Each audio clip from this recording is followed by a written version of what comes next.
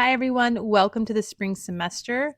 I'm really excited to get started and get to know everyone. So let's go ahead and just jump right on in. We are always going to have three parts to every module. The first part is going to be the introduction, and then we'll have the learning pieces, which include the lecture, and then the last piece will be the summary, where you could take a look at what you did learn and what you need to do moving forward. So this is going to be part of our first part of our module, the check-in. So for our check-in, it tells us, where we're going, where we've been, and we haven't been anywhere yet, right? Because we're just getting started. But let's talk about where we're going to go, especially this week. This week, we're going to talk about getting to know each other. We're also going to be reviewing the syllabus and also just kind of understanding the expectations of the class. So getting to know each other, let's start with, you guessed it, me.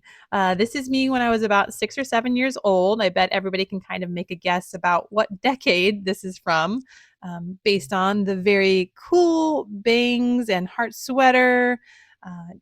I think kind of speaks to who I was as a kid, kind of a kid that kind of was excited to be at school, liked going to school, but not necessarily the most popular kid, and why I may not be somebody who's super cool now. I'm definitely different and enjoy going to school still, though. Some things you need to know about me, though, are that I have an early childhood special education credential. I also have a master's in special education and a master's in educational leadership. With all of this in mind, the best part, though, is that I started exactly where you are now.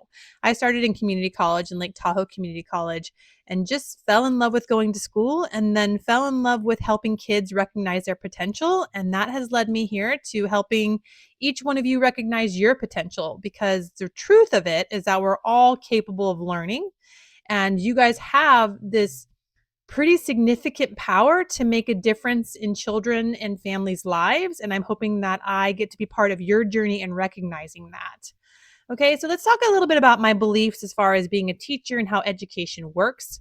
I really believe that learning, especially as an adult, can really require you to challenge yourself. And because of that challenge and having to recognize that you may not know something, it can be a little discomforting, a little uncomfortable as an adult to learn. And I encourage you just kind of to lean into that. However, I also think learning should be engaging and applied. And what that means is I want to make it make sense to you. I want it to be hands-on. I want you to look at it and go, I understand exactly why I'm learning this and where I'm going to use it. Another thing I believe is that diversity makes us stronger. In this class, we are a collective. We're going to learn together, but we have diverse perspectives. And each one of those perspectives will help every single one of us grow because we all think differently. We also are all individuals and require different approaches to learning and to being able to demonstrate what we know. And this is really important for you to be aware of, is that I know that we all learn differently, and I'm going to do my best to put together a module that offers different modalities for you to access the information. But along with that is also this piece of recognizing that if I give you a written submission, that may not be the best way for you to demonstrate your knowledge. And that means that we can work together to make sure you feel comfortable and proud with what you submit. May that be a project or an interview or an art demonstration. It could be lots of different things because we are all different and we all need different things. I also want you to know that I strongly believe everyone is capable. Every single one of you are capable of leaving this class with an A if that is your intention and you're willing to put in the work. Now, my last belief is that learning is a partnership. So I need to show up and do what I've promised you, promise to give you good material, promise to make it engaging, making sure I'm fulfilling all my promises to support you and answer your questions and be there for you. But this is, again, a partnership. So that means that you also have to hold your hand and make sure you're engaging with the material. Now, we also have expectations for our community. We understand that we all add value to the community, so I'm going to make sure we're respectful. We're going to welcome every single person's perspective and value it as a chance to learn. We're also going to seek assistance when needed, and that means you might seek assistance from a peer in the classroom or from me, and that we are all going to actively engage as a unit with the materials and learning. You can also have expectations for me. Like I said, it's a partnership. I'm going to provide you clear, organized course that's designed to meet those student learning outcomes in a meaningful manner. I'm going to have a variety of assignments to ensure that your learning needs are met. I'm going to be actively present in your learning. And I know that might be a weird thing to say with it being an online course, but I'm going to be active in the sense that I'm going to be updating the gradebook, available for your questions, really engaging with material myself. offering opportunities for you to meet with me, offering opportunities for you to meet with each other. All those pieces are going to be very engaged and active. So it's, even though we're not having to meet, the potential is always there that we can meet. I'm going to be supportive, and it's going to be a safe environment for you to learn. There's absolutely no judgment from me. I want to make sure you feel free to express yourself and your perspective. I'm going to reach out to you when I feel like you might need support. Part of the modules this semester are going to be check-ins where you just give me a little bit of feedback every week about how you're feeling. And then I can keep a mindful eye on all of that and make sure that if you're expressing to me that you're struggling, I reach out to you. I'm going to treat you with dignity and respect and be flexible in my support and meet your individual needs. I recognize that everybody in this classroom is going to need something different, and that is okay. I also want you to know that I am not perfect. I'm human and I will make mistakes at times. I hope that, I'm going to view those mistakes as opportunities for me to learn and grow and become a better instructor, and an opportunity to practice tolerance for myself. All right, I hope you do the same thing with your own mistakes. Let's talk about the expectations for you. You're going to engage in every aspect of the module, every component. You're going to make sure that you respect everybody's privacy and maintain confidentiality. Remember, even though we're a virtual learning environment, we still are a learning environment, and you would not share necessarily what happened in the classroom if we were in a physical space. So we're going to carry that over to the virtual space. You're going to maintain an open line of communication with me so I know how to support you. You're going to always reach out to me, contact me with any concerns regarding due dates or challenges or obstacles. You're going to treat me and your peers with dignity and respect. You'll watch all the posted material and all of the learning, and you're going to keep that confidential. Again, it's because all those videos are just for learning. They stay within the classroom. You're going to give yourself grace. Expect to make mistakes. I'm going to expect mistakes because we're human, and those mistakes are going to help us grow. Remember, we're leaning into that discomfort. All right, now let's talk a little bit about the syllabus. Now, I am not going to go over every single part of the syllabus. My expectation is that you are going to read it because remember, you have a syllabus quiz to complete. But I want you to know that if any parts come back confusing, or you want more clarification, or you just want to talk about it, you always can reach out to me. So please do. So what we're going to do is we're going to go over some of the syllabus right now. You're going to reach out after you read it if you have any additional questions, and then you're going to make sure you take that syllabus quiz. All right. Here are the highlights of the syllabus. The first thing I want to show you is the student conduct portion, and it really just talks about all of the different ways that we define integrity, academic dishonesty, cheating and plagiarism, additional examples, and also just consequences for using those things. So you could get a failing grade on a test or a paper. You can have your whole course grade lowered. You can be expelled. Or you can have disciplinary probation or suspension. So some pretty significant disciplinary consequences if you engage in those types of behaviors. And again, you're here to learn, so I'm not sure why you would. I'm hoping you won't, but I wanted you to be aware of them, that they do exist in case that was something that we needed to talk about. Okay? With that, we're going to go ahead and head back to my syllabus highlights. The next thing I want to highlight in the syllabus is online discussions. So in an online course, you are normally going to participate in discussions. What's a little different about this course is that you have some options. You can participate in the weekly discussions by doing an independent posting where you post all by yourself. You do your written submission, and then you post replying to 2 other peers. You can form a small group, or I can help you form a small group where you guys meet virtually or in person and you discuss the topic. And then that would count as your one post for the week.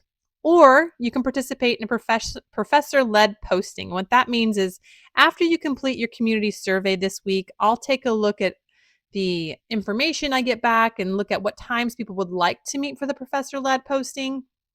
And at that point in time, I'll select a time, and that time will stand every week. So if everybody says they want to meet on Wednesday at 7 o'clock, we'll meet at that time and we'll go over the discussion for that week, and that will count as your discussion posting for the week. So again, you have 3 options on how to complete it.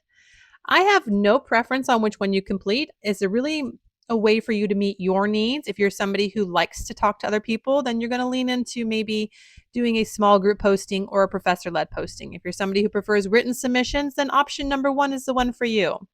I'd also like to point out that you don't have to pick the same one every single week. You can change it up. You can try things out. You can see what works best.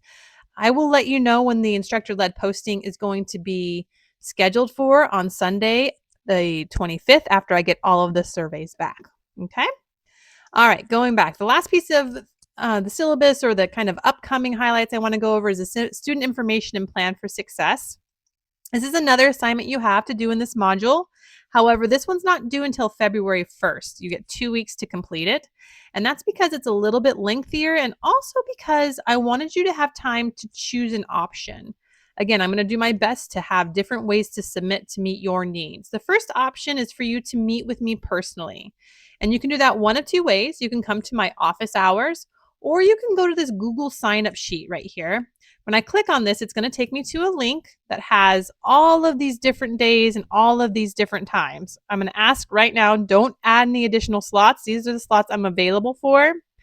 If these times do not work for you, reach out to me in email and we'll find one that does though. But you're going to find a time that works for you. You're going to add your name, the course number, and your preferred email where I can email you the Zoom link. And then we'll meet and we'll just talk for 10 to 15 minutes. It's just an opportunity for us to get to know each other and kind of bridge the gap that gets created when we meet virtually. And then, however, though, if you don't have time for that, or if you're somebody who just doesn't want to meet, I do encourage you to do it though, because I really would like to get to know you. But if you don't have time, you can do option 2, and that's a written submission. And what you would do for that is you would answer all of these questions and then submit it for your assignment. Okay? All right, the last thing we're going to talk about today is rubrics. What's the point of a rubric? Rubrics really give you a clear understanding of what's required for an assignment, and it makes sure that the grading is equitable. There's really clarity on both ends. And what is a rubric? So it's just a matrix which breaks down the necessary components of the assignment and provides a direct connection with the quality of work and the grade received. Why should you use it? It gives you clear expectations for assignment and how I'm going to score it. How are you going to use it? The first thing you're going to do is before you even start the assignment, look at the rubric, look what components are necessary. And then once you are done with the assignment, you're going to refer back to that rubric to make sure that you've met all the requirements before turning it into me. All right, let's take a look at what it would be like to use a rubric. So we're going to give it a try. So the assignment is write a story about a time you broke a rule. So this is one of mine. I wasn't a big rule breaker, so this is a small story. But when I was little, I loved to ride my bike. My parents had 2 rules. They were wear your helmet and wear closed-toed shoes. Ironically, I could go whenever I chose. So I could go outside anytime, which is kind of weird now if you think about it. One day I was wearing sandals and I thought, who will know? I hopped on my bike and rode down a hill. Toward the bottom of the hill, my feet came off the pedals and the top of my sandals caught on the ground. I ended up scraping the top of my feet. They were bleeding like crazy. So the assignment was to write a story about one time you got in trouble. So I wrote about that. Do we think it meets expectation? Well, there's not really any way to know unless we look at the rubric. So a 10 would be that the story includes what happened, how they reacted, and whether the incident had an impact on my future choices. While I told you what happened, I didn't tell you how people reacted or whether or not it had an impact on my future choices. So I didn't get a 10. A 5 would be that it includes what happens and how people reacted. And again, I didn't include how people reacted, so I don't even get a 5. This story would get a 2. I just told you what happened. So it's right, it's really imperative that you look at rubrics because they're going to give you all the information about what should be included, how many examples, what really constitutes a great submission. All right, this is our last piece. It's our checkout. You're always going to have a checkout. This is normally going to be in your summary of your module, but let's talk about it really quickly. Your jobs this week are to familiarize yourself with Canvas, be really familiar with how to navigate it. Make sure you complete all of Module 1. That's your syllabus quiz, your student learning contract. You're going to activate your profile. I know that we don't always love having pictures of ourselves online, but it really is important to me to have a picture associated with your profile so I can see what you look like and from a place of just having some connection with you. Make sure you do that student information and plan for success. Again, you have 2 options and you have until February 1st to complete it. You can either meet with me in person or do the written submission.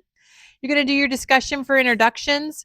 That's just going to be where you introduce yourself. It does need to be a recorded submission. I'm going to walk you through how to do that in discussions if you haven't already done it. Make sure you complete your oath of honesty and moral conduct. Please reach out if you have any questions. It's just a review of why we're going to make sure we do our own work and the importance of your learning. Make sure you do your getting to know you community survey so I have an idea of who we are as a class. And just so you know, Module 2 will open on Sunday, January 25th. That will be the same day that most things in Module 1 are due, with the exception of student information and plan for success. Everything will always be due on Sunday, and the modules will always open on Sunday. So you'll have just a little over a week to get every module done. As always, if you have any questions, please reach out. I am here to support you. I really look forward to getting to know everybody. I will see you in Module 2 unless you have questions before then. Bye.